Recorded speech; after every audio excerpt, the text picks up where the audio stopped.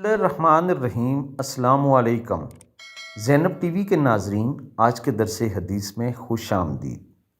حضرت ابو ہریرہ رضی اللہ تعالیٰ عنہ کہتے ہیں کہ رسول اللہ صلی اللہ علیہ وآلہ وسلم نے ارشاد فرمایا، اللہ تعالیٰ فرماتا ہے کہ میرے اس مومن بندے کا جس کی میں کوئی عزیز چیز دنیا سے اٹھا لوں اور وہ اس پر ثواب کی نیت سے صبر کر لے تو اس کا بدلہ میرے یہاں جنت کے سوا اور کچھ نہیں۔ مفہوم حدیث یہ ہے کہ جب کسی نیکوکار شخص کو کوئی نقصان، کوئی تکلیف پہنچتی ہے، یا اس کی کوئی عزیز ترین چیز کھو جاتی ہے،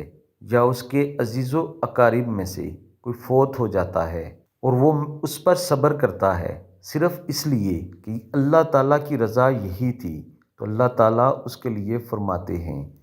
کہ میں اس اپنے بندے کا اجر جنت کی صورت میں اسے دوں گا۔ یعنی یہ چیز اللہ تعالیٰ کی طرف سے ہی تھی اور اللہ تعالیٰ نے ہی واپس لے لی ہے، اور میں محض اللہ تعالیٰ کی رضا کے لیے اس پر صبر کرتا ہوں، تو اللہ تعالیٰ اس شخص کے لیے جنت واجب کر دیتے ہیں۔ اللہ تعالیٰ ہم سب کو عمل کی توفیق عطا فرمائے، آمین ثم آمین۔